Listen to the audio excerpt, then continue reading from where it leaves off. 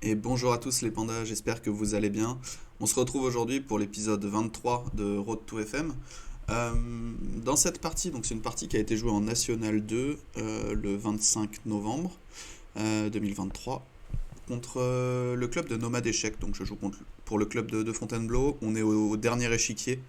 Euh, donc j'ai les blancs pour cette partie. Et ça c'est marrant, je le fais quasi systématiquement quand je joue les blancs en équipe. J'ai demandé à un autre joueur de mon équipe de choisir mon premier coup. Alors en tournoi, souvent je choisis un peu au hasard. Mais là voilà, je lui ai dit entre C4, D4, E4, cavalier F3, je te laisse choisir le coup que je vais jouer. Et donc il y a donc cet autre joueur de mon équipe qui me dit bah pour cette partie tu joueras D4. Et donc j'envoie D4. Mon adversaire c'est un jeune, Nomad c'est un club qui a beaucoup de jeunes, il doit avoir je sais pas 16, peut-être 15-16 ans, peut-être quelque chose comme ça. J'ai pas vérifié sur son profil feed son âge. Euh, et je m'attends à ce qu'il joue le gain, ils sont favoris sur le papier. Donc je m'attends à ce qu'il joue le gain sur tous les échiquiers et pas forcément qu'il cherche juste à tenir la nulle. Donc ok, il continue par cavalier F6. Je joue cavalier F3 et ici il me surprend parce qu'il joue le coup C5. Alors, en quoi c'est surprenant?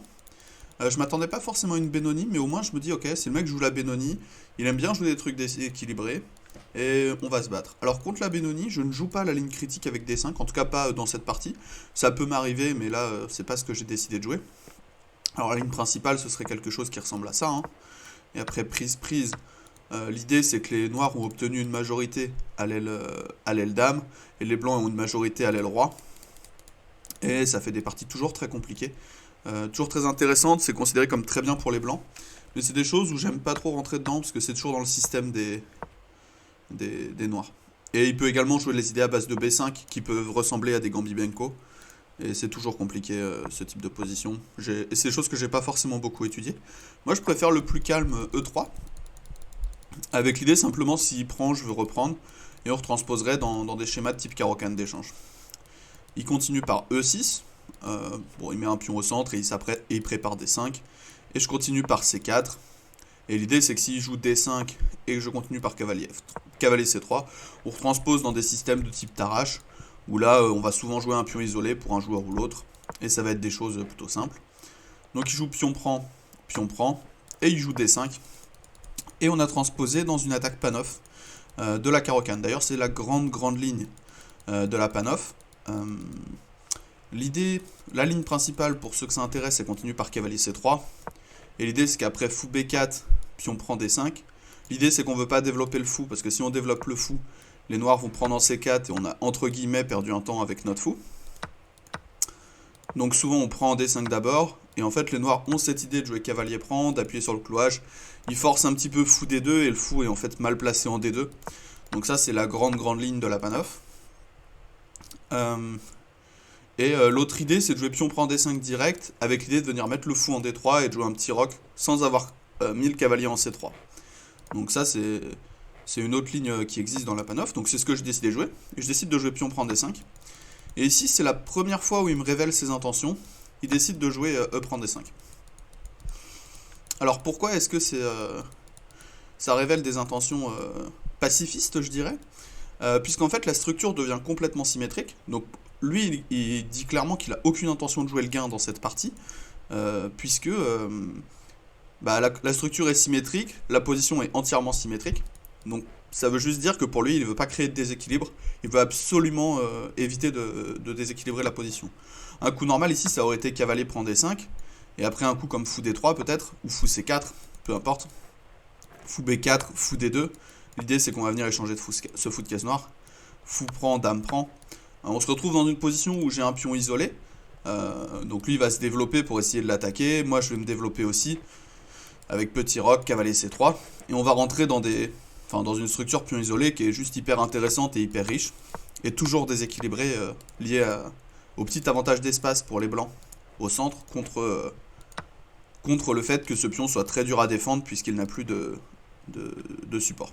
Mais ok, dans la partie, il décide de me jouer E prend D5 et il montre très clairement qu'il n'a aucune intention d'essayer de gagner cette partie. Je continue mon développement par fou D3. Alors ça, du coup, pour le coup, c'est une position que je connais très peu. J'ai vu que après la partie, j'ai discuté avec un ami à moi de mon club qui m'a dit que c'était plutôt fou B5 échec le coup, et qu'on essaye vraiment d'appuyer sur cette diagonale blanche aussi vite que possible, avec petit roc, tour E1, dame A4, cavalier E5. Euh, mais ok, je décide de jouer fou D3, je me dis je vais placer mes fous sur les belles diagonales, et on verra ce qui se passe. Mon adversaire qui continue par cavalier C6, je joue petit roc assez vite, il joue fou E7, et ici c'est le moment où je commence à réfléchir très longtemps.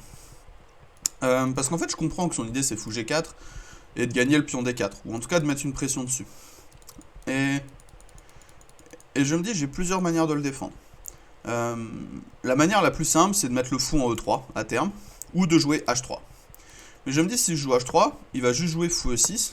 Ok, son fou est pas incroyable, je continue par fou F4. Et ok, on a cette position, ça joue. Enfin, ça joue très peu, il n'y a pas grand chose à dire. Mais j'ai mes deux bons fous. Et lui, il a ses deux fous un petit peu passifs. C'est pas grand chose, ça suffira probablement pas pour gagner. Mais ça m'embêtait de jouer un coup comme H3. Je me suis dit, il a pas roqué, je peux aussi essayer d'appuyer l'avantage de développement en jouant fou E3 direct. Et le coup fou G4 perd un petit peu de son intérêt. Puisque bah, juste ma dame elle est libre, puisque mon pion D4 est défendu, donc je peux peut-être continuer par cavalier D2 ou cavalier C3. Mais ce qui m'embêtait, c'était que ce clouage, un jour, fallait que je le brise, et parce que sinon il allait juste prendre, et je vais me faire doubler les pions. Si par exemple je joue dame C2, peut-être qu'il peut juste prendre, et mon roi il est un petit peu bizarre. Donc ok, donc je me dis fou E3 c'est pas possible, et je me dis ok, ce pion D4 c'est un problème, est-ce que je peux le sacrifier? Et c'est à ce moment-là où j'envisage sérieusement de sacrifier le pion.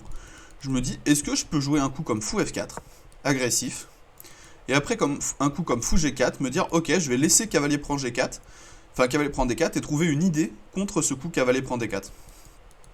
Et ça va être la partie. Donc ici j'ai passé peut-être 10 minutes à envisager ça, j'ai regardé un petit peu les lignes qui pouvaient apparaître dans le sacrifice de pion. Il y avait beaucoup de choses où j'avais l'impression que je regagnais juste mon pion, et je me suis dit, au pire, si j'ai rien, je regagnerai juste mon pion. Et peut-être pendant la partie, je pourrais trouver mieux que de regagner mon pion, essayer d'avoir le pion plus l'activité ou ce genre de choses.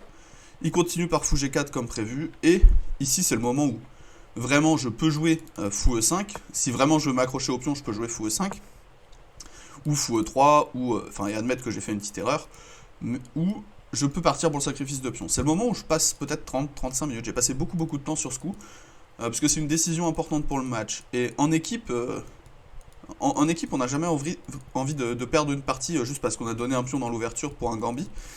Et en tournoi, j'aurais joué le coup plus rapidement, puisque c'était le coup que j'avais envisagé. C'est le coup cavalier BD2 que j'ai décidé de jouer. Et ok, il a décidé de jouer cavalier prend D4. Et dans cette partie, et ici, donc le meilleur coup d'après l'ordinateur ici c'est H3. Mais j'ai joué un coup qui donne tout petit avantage noir, on est à moins 0,3. J'ai joué dame à 4 échecs, qui est le coup que j'avais prévu. Et après cavalier C6, j'ai continué par cavalier E5. C'est le coup que j'avais prévu, j'attaque le fou, j'attaque le cavalier. Et je menace surtout de regagner tout de suite mon pion. Donc ça, il peut pas trop tolérer. Il a décidé de jouer fou D7. Et je joue cavalier prend D7, dame prend D7. Donc cette position, c'est léger avantage noir, c'est microscopique d'après l'ordinateur. Et moi, j'avais vu cette position à l'aveugle, j'avais même vu un peu plus loin. J'avais vu jusqu'à cavalier F3 tout à l'heure, mais vous verrez à quel moment je l'ai joué. Et je m'étais dit, bon, au minimum, déjà, j'ai la paire de fous pour le pion. Et il y a beaucoup de situations, si les dames s'échangent, où ça peut suffire en termes de compensation. Et je comprenais qu'après un coup comme fou B5, c'est le coup que j'ai joué, en fait, il a une pression sur cette diagonale. Et si j'arrive à ramener un cavalier en E5, je vais regagner le pion C6 sans trop de difficulté. Et j'aurai peut-être juste la paire de fous sans compensation pour lui, sans compensation aucune. Donc j'ai joué fou B5. Il comprend qu'il a des gros problèmes le long de cette diagonale, donc il commence par enlever le roi. Il joue petit roc, c'est tout à fait normal. Et ici, j'ai plusieurs options. Je peux jouer cavalier F3 direct, pour essayer de venir en E5. Mais ce qui m'embêtait quand je jouais cavalier F3, c'est qu'il pouvait jouer le coup A6. Et que par exemple, si je décide de prendre en C6, il prend en C6. Je peux décider d'échanger les dames, c'est peut-être pas le seul coup, peut-être dame B3 est meilleur, mais ok. Puis on prend, bah là, son pion D5 n'est pas faible, j'ai plus la paire de fous, et ça ressemble vraiment à juste un pion de plus pour les noirs. C'est-à-dire qu'après un coup comme tour C1, il va juste le défendre par C5, et je m'étais dit, bah ça, j'ai vraiment juste un pion de moins, il a un super centre, et je peux pas vraiment me permettre de jouer ça. C'est pas pour ça que je joue. Donc c'est pour ça que je joue pas cavalier F3 d'abord, et je l'avais vu quand j'ai joué cavalier BD2, que je pouvais pas jouer cavalier F3 dans cette position, mais que j'allais jouer tour AC1, et que la différence c'est que sur le coup naturel, entre guillemets, tour AC8, pour défendre le cavalier une fois de plus, si je joue cavalier F3, maintenant le coup A6 ne marche plus, puisque je peux prendre, on va supposer qu'il reprend du pion, sinon il y a cavalier E5 fourchette, et maintenant soit je peux jouer cavalier E5, regagner le pion, soit au minimum je peux jouer dame prend A6, et après C5, la partie elle est compliquée. Mais je pense qu'au minimum j'ai cavalier E5, et je regagne le pion, et cette position je préfère les blancs en pratique. Mes pièces sont mieux placées, et je suis un petit peu plus actif, il a des pions faibles, et c'est un petit peu pour ça que je voulais jouer le sacrifice de pion, c'était pour ce type de position. Donc dans la partie, je joue tour AC1, il répond par tour AC8, qui est le bon coup, il n'y a pas vraiment d'autres coups dans la position. Je continue par cavalier F3, et ici il trouve un super coup, il trouve le coup fou D6. Et dans cette position, je repasse un peu de temps. Alors fou D6, pourquoi c'est fort? Parce qu'en fait, si je liquide tout pour gagner le pion A7, par exemple, fou prend, fou prend, on va supposer B prend, et dame prend A7, en fait ici il peut jouer, je pensais qu'il pouvait jouer, je vois que l'ordinateur donne pas ça, tour à D8, dame C5, dame prend, tour prend, et tour prend B2, enfin tour prend A2, et je voyais qu'en fait, il reste avec un pion de plus, encore une fois. Si je prends ici, si je prends C6, il prend B2, il a encore un pion de plus. Donc je peux pas me permettre de liquider pour gagner A7. Alors la position serait égale, il y aurait plus assez de pions pour arriver à créer du jeu, mais bon, un pion de plus, il va la jouer longtemps, et c'est pas pour ça que je joue. Il menace concrètement fou prend F4, et du coup, je dois réagir à ce coup. Et il empêche cavalier E5, puisqu'il aurait fou prend désormais, sur les idées à base de cavalier E5. Et donc, dans cette position, j'ai passé beaucoup de temps pour chercher un coup. Et bon, il y a plein de coups qui tiennent. Il y a plein de coups qui jouent. Ici, je me suis rendu compte que le coup que je voulais jouer, c'était cavalier E5, concrètement, pour appuyer sur le clouage. Et je me suis dit, je peux pas le jouer. Et pourquoi je peux pas le jouer? Parce qu'il y a fou prend. Et du coup, ce que j'ai joué, c'est fou E5, avec l'idée, si maintenant il prend, je peux jouer mon cavalier prend E5, et aller regagner le pion en C6 tranquillement, et il resterait avec plus de faiblesse que moi, et probablement petit avantage blanc dans cette position, par exemple dame D6, cavalier prend, pion prend, fou prend. Ici, il a un pion passé central, mais j'ai un fou contre un cavalier, on sait qu'en finale ça peut être une petite forme d'avantage. Le pion A7 qui est un petit peu faible, je vais bientôt prendre la colonne centrale. En pratique, ici je préfère les blancs, l'ordinateur donne 0, 0, 0, mais en pratique je préfère les blancs pour jouer ça. Et du coup, donc lui il a compris ça, et dans la partie il a joué l'un des seuls coups qui garde un micro avantage noir. On est toujours sur la même évaluation depuis tout à l'heure, aux alentours de moins 0,3. Et il joue le coup dame E6, avec un petit piège. Un petit piège. Non, c'est pas là qu'il y a eu le petit piège. Alors, dans cette partie, j'ai décidé de jouer fou prend C6, et d'aller récupérer mon pion tout de suite. Une des autres idées de fou D6, j'en avais pas forcément parlé, mais des fois, il y a des thèmes à base de fou prend H2 frais. Je trouve une ligne où ça marche, mais par exemple, fou G5, dame E6, pour défendre le cavalier. Ici, par exemple, je pourrais pas liquider en C6. J'en parle parce que c'était une chose qui est apparue dans la partie, puisqu'ici, il y aurait fou prend H2 qui gagne la dame en fin de variante. C'est pas vraiment apparu directement dans la partie, mais ça pouvait exister parfois. Dans la partie, j'ai décidé de jouer fou prend C6 direct. Il a joué fou prend E5, attaque le pion B2, fou prend B7, tour prend C1, fou prend B2. Donc ici, il a toujours un pion de plus. Mais le problème qu'il a, c'est qu'après un coup comme tour D1, c'est le coup que j'ai joué dans la partie, j'attaque à la fois le pion D5 et le pion A7. Donc s'il veut défendre les deux, il est plus ou moins obligé... Enfin, il peut pas défendre les deux, donc je vais en regagner un des deux. Il a décidé de jouer dame B6, attaque le fou. Donc fou prend D5, un peu forcé pour récupérer le pion que j'avais en moins. Cavalier prend D5, tour prend D5. Et on arrive dans cette finale où il a un fou contre un cavalier. Et pour moi, en pratique, il est un petit peu mieux ici. C'est plus simple à jouer pour lui. Avec ce fou contre ce cavalier. Mon cavalier n'a pas vraiment de bonne case. Le matériel est complètement égal. et ça commence à sentir le match nul un peu tranquille où il se sera pas passé grand chose. Alors j'aurais essayé de sacrifier un pion pour avoir du jeu, mais ça aura probablement pas été suffisant. Je vois difficilement comment je vais perdre ça. Je vais juste laisser mon cavalier en F3, jouer G3, roi G2 et toucher à rien. Et juste il pourra jamais passer. Je vais laisser mon pion sur case blanche. Et on va voir comment il joue. Donc dans la partie, il décide de jouer fou F6, il ramène son fou. Il menace pas vraiment mettre du couloir, puisque pour le moment, je contrôle 2 fois la case D1, donc je pourrais revenir.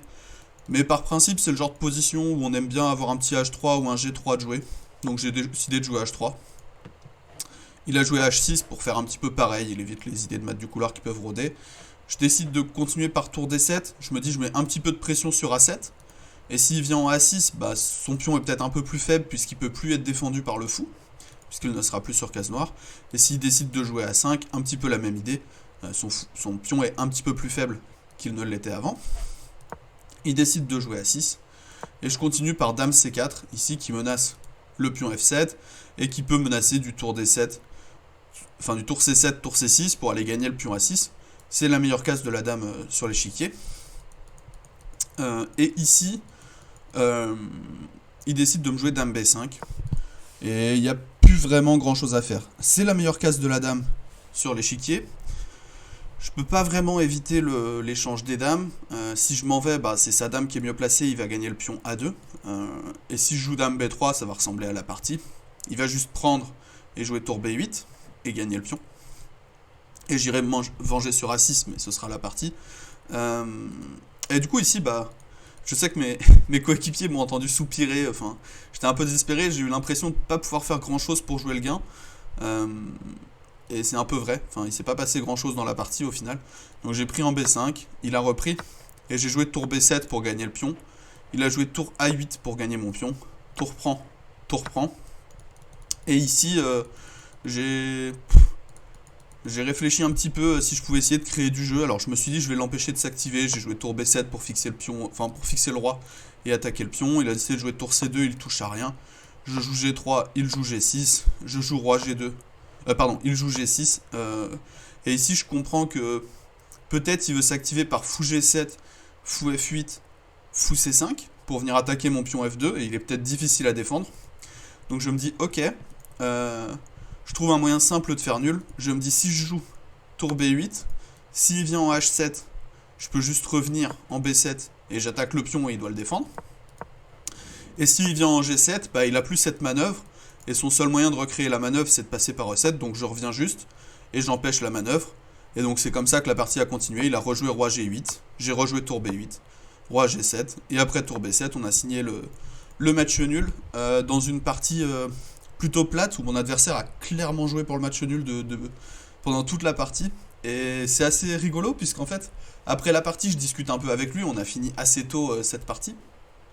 Et je lui dis, mais t'as voulu jouer la nulle toute la partie? Il me dit, non, non, j'ai joué le gain, je voulais gagner. Je lui dis, bah, ça m'a surpris parce que j'ai vraiment eu l'impression pendant toute la partie qu'il cherchait juste à faire match nul.